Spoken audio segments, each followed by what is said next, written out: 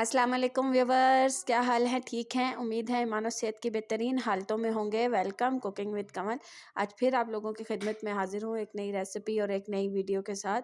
उम्मीद करती हूँ कि आप लोग भी ठीक होंगे। और न्यू आने वाले व्यूवर्स से रिक्वेस्ट है कि काइंडली मेरे चैनल को लाइक और सब्सक्राइब करें। जिन्होंने अभी तक मेरे चैनल को सब्सक्राइब नहीं किया, ये आप लोगों की तरफ से प्यार होता है व्यूवर्स।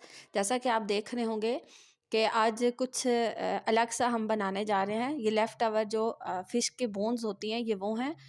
और इसके साथ 2 से 3 पीसेस फ़िश के हैं, लेफ़्ट ओवर फ़िश है। व्यूवर्स, हर घर में सर्दियों में ज़्यादा नहीं तो एक बार ज़रूर फ़िश आती है, तो आप ये कांटे, इनके जो बोन्स हैं, ये फेंकने के बजाय एक दफ़ा ये सूप ज़रूर ट्राई करिएगा। ये बहुत फ़ायदेमंद है हमारी सेहत के लिए। और हर घर में कभी ना कभी कोई ना कोई पीसेस जो हैं वो बच ही जाते हैं, आप वो भी इसके साथ ऐड कर सकते हैं। हम बना रहे हैं बोन्स का सूप। और व्यूवर्स, जो बोन्स हैं ये हमारे लिए बहुत फ़ायदेमंद है। इसमें एक्स्ट्रा हाई लेवल ऑफ